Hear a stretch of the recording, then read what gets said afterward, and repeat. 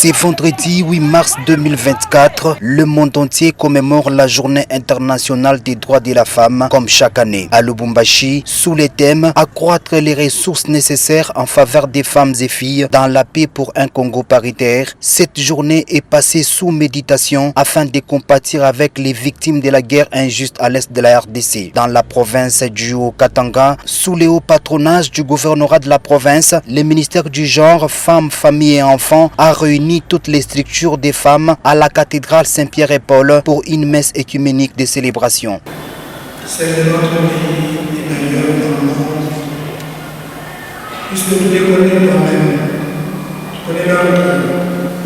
Sous une couverture médiatique des communicateurs privés du chef de l'État CPC Grand Katanga, dirigé par Maître Elvis Ntumba, à la fin de cette messe où toutes les autorités politico-administratives et militaires ont pris part, toutes les délégations des femmes se sont rangées dans une caravane motorisée qui a eu comme point de départ la cathédrale Saint-Pierre et Paul pour chuter au bâtiment du 30 juin.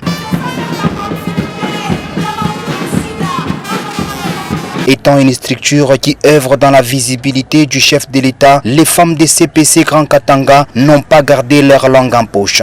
Nous savons tous, le 8 mars, le monde entier commémore la journée internationale de la femme. Alors pour cette année, 8 mars 2024, il y a eu un thème au niveau international qui a été donné, investir en faveur des femmes, c'est-à-dire accélérer le rythme.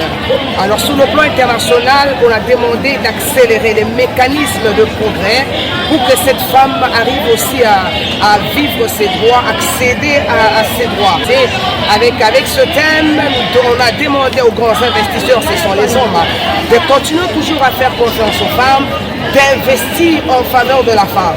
Parce que vous savez que la femme, elle est donatrice de la vie.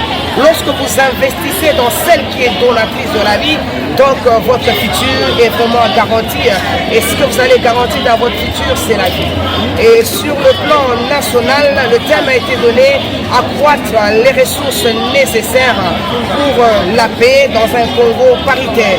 Et nous voyons qu'à l'est du pays, il y a la guerre. Il y a des femmes qui ont besoin aussi de vivre la parité, mais il n'y a pas la paix.